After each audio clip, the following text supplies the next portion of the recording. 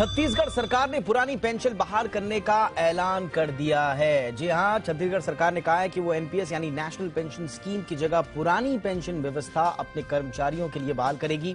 आखिर क्या है ये पुरानी पेंशन व्यवस्था, क्यों सरकारी कर्मचारी इसका विरोध कर रहे हैं, इसकी मांग कर रहे हैं और एनपीएस का विरोध कर रहे हैं।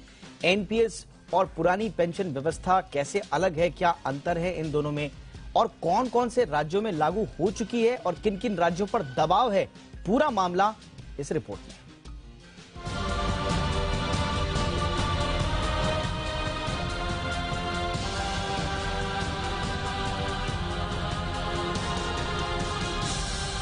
देश में इन दिनों पुरानी पेंशन बहाली को लेकर चर्चा जोरों पर है।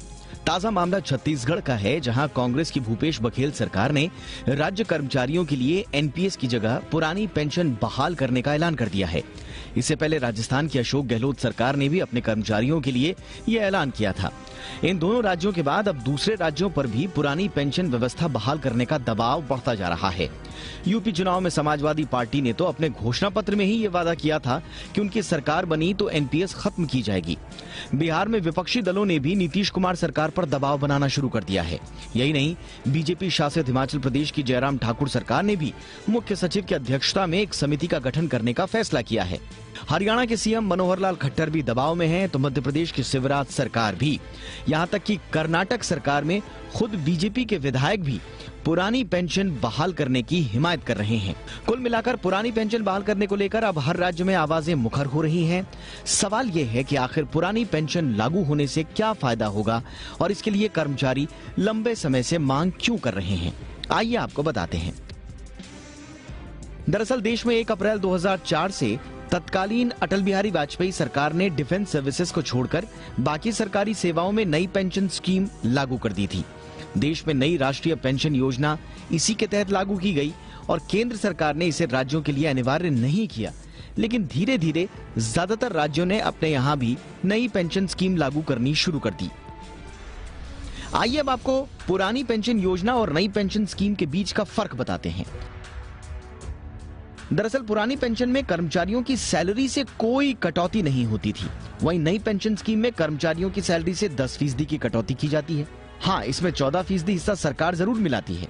पुरानी पेंशन योजना में रिटायर्ड कर्मचारियों को सरकारी कोष से पेंशन का भुगतान किया जाता था, वहीं नई पेंशन योजना शेयर बाजार आधारित है और इसका भुगतान बाजार पर निर्भर करता है। पुरानी पेंशन योजना में जीपीएफ की सुविधा होती थी, लेकिन नई स्कीम में जीपीएफ की सुविधा नहीं है।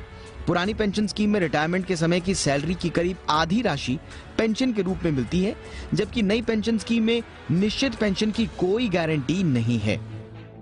यानी पुरानी पेंशन योजना में पेंशन की पूरी जिम्मेदारी सरकार की होती थी, जबकि नई पेंशन स्कीम में दोनों ओर से कंट्रीब्यूशन है। वहीं राज्य कर्मचारियों को हर साल मिलने वाले इंक्रीमेंट का फायदा भी मिलता था पुरानी पेंशन में। वहीं नौकरी में रहते हुए कर्मचारी के खाते से पेंशन में कोई खास कटौती भी नहीं होती थी, जबकि नई पेंशन में निश्चित पेंशन की कोई गारंटी नहीं है और इसका पूरा कार्यभार बीमा कंपनियों को दिया गया है, जो शेयर मार्केट पर निर्भर है। यही नहीं, महंगाई और वेतन आयोग का लाभ भी नई पेंशन स्कीम में नहीं मिलता। हालांकि नई स्कीम की तरफदारी करने वाले लोगों का मानना है कि इससे न सिर्फ पेंशन के रूप में सरकारी खजाने पर बोझ घटेगा, बल्कि बाजार आधारित जबरदस्त रिटर्न्स की सौगात भी कर्मचारियों को मिलेगी। बहरहाल, सरकारी कर्मचारी 2004 के बाद से ही तमाम राज्यों में पुरानी व्यवस्था बहाल करने को लेकर आंदोलन कर रहे थे, लेकिन सरकारें उनकी मांग को टालती रहीं। अब 2022 में एक के बाद एक होते राज्यों के फैसलों ने पुरानी व्यवस्था के समर्थकों के बीच उम्मीद की नई किरण पैदा कर दी है।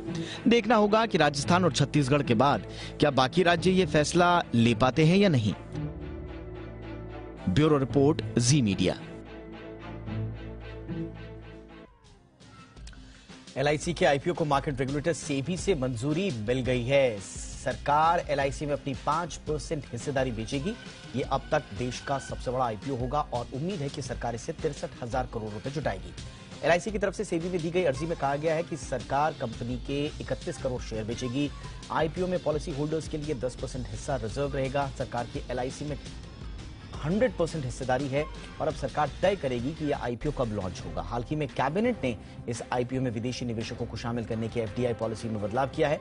इसके तहत एलआईसी के आईपीओ में 20% तक विदेशी निवेश की मंजूरी दी गई।